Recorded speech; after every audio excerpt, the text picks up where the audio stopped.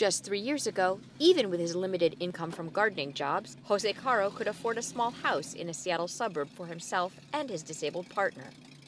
But then, the rent went up and up. That's one of the reasons why we are where we are, because we started renting at $750 a little room. It was a little house. And then he raised it to $1,200 and he wanted to go to $1,500. There's no way. Now, he lives in an RV near an airport. He's not alone. With growing frequency, people like Jose, who already lived on the margins, can no longer afford a home along the West Coast.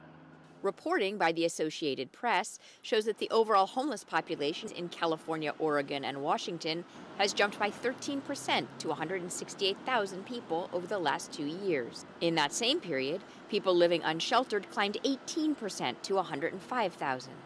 The rise in homelessness comes when the West Coast economy is booming, pulling in more people. In Seattle, tech companies like Amazon have brought in thousands of people earning high salaries. Demand for homes has led to a leap in housing costs. I got economically zero unemployment in my city, and I got thousands of homeless people that actually are working and just can't afford housing. People can move overnight. It's not very easy, but relatively easy to move more people into a city compared to how long it takes to build them housing. Seattle leaders are now grappling over how and when to increase the supply of market rate and affordable housing. So laundry, this is one of the sleeping rooms. In West Coast cities, voters have approved more than $8 billion on affordable housing and other homelessness programs since 2015. We transitioned thousands of people into permanent housing. The problem is, thousands more entered it. It's not like you solve the problem once and it's done. One of Seattle's newest shelters, called a Navigation Center, accepts people who aren't sober, couples and pets, and has storage for belongings.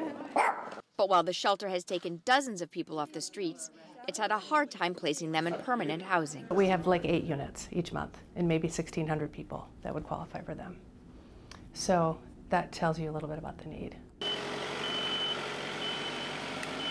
Those left on the streets often have to deal with the city sweeping up campsites, with no other place for them to go. By moving people around and saying that they're not allowed to survive, to make do with what they've got and do the best that they can, you're making it harder for them to survive. Back by the airport, Jose worries about the next time police tell him to move his RV. The motor doesn't work, and his truck is not strong enough. It's not our choice, really.